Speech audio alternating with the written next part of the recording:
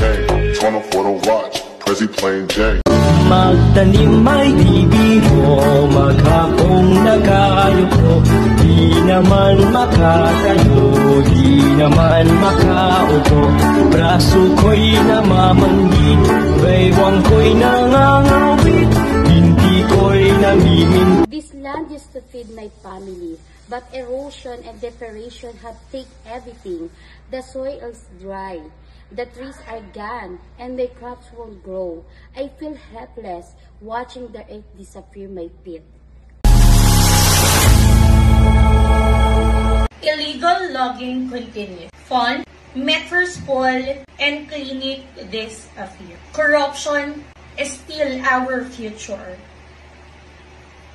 We need leaders who care, not just to talk. We need justice, fairness, and accountability.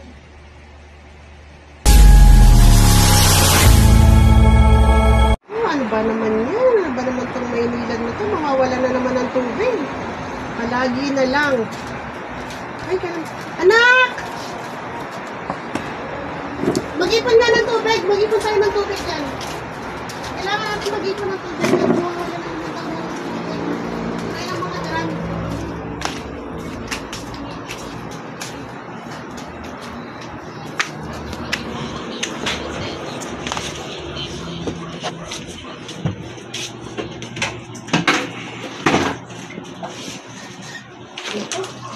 Wala na nga palang tubig. O, ayan na, nag-umpisa na. Wala nang tubig. Ano ba naman itong nangyayari sa gobyerno natin?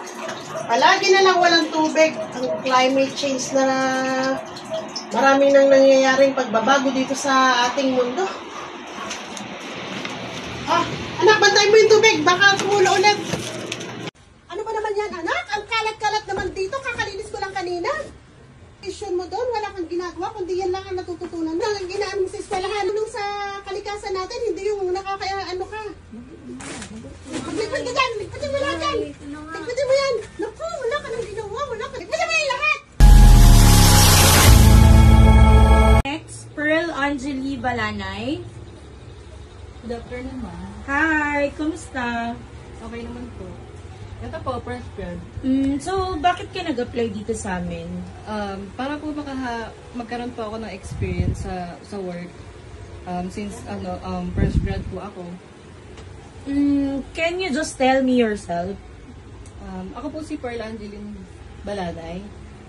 Fresh grad po ako ng pamantasan ng lungsod ng Muntinlupa. 34 years old po ako. Single mom. Nakita ko dito na may experience ka sa BPO, tama ba? Yes po, doon po ako nag-OJT. Doon ka nag-OJT. Ilan taon ka doon? 6 months lang po. 6 months. So, pwede mo ba, anong account mo doon? Healthcare po. Healthcare. Pwede sa company namin. Dahil doon po sa experience ko doon sa gusto ko pong ma-share yung knowledge ko doon. Matuto pa po ako dito sa company. 1 week later. Aba, nag-text na yung na-playet ko. Ang sabi, tatawagan na lang daw ako. After 1 week.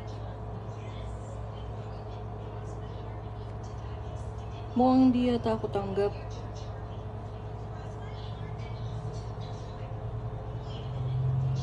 Ang hirap naman maghanap ng trabaho ngayon.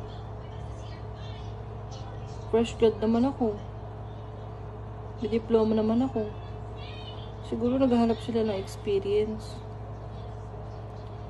Ano ba naman yan? Mag-a-apply na naman ako ulit ng panibago.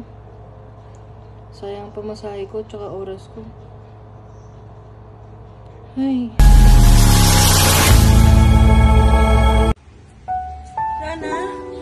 Kapatid ko? Rana? Anong nangyari sa'yo? Andito na yung mga gamot mo. Kapatid ko? Anong nararamdaman mo? Diyos ko? Ano ang nangyayari sa kapatid ko? Ito na yung mga gamot mo. Galing ako sa center. kapatid. Wala akong perang pambili. Yan ay sapat na. Panginoon, tulungan niyo po kami. Ano ko po madadala sa ospital ang kapatid ko? Nana, anak, kaya mo ba yan? Dahil sa mga noodles na to.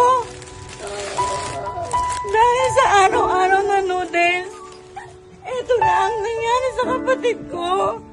Panginoon, tulungan niyo po kami. Wala na po talaga kaming ibang mapupuntahan. Tulungan niyo po kami. Plant trees and protect our land. Will speak out against corruption and demand justice. Start small businesses and support each other. We'll teach others to care for the environment. We'll build rainwater collectors and clean our rivers. Grow vegetables and share healthy meals.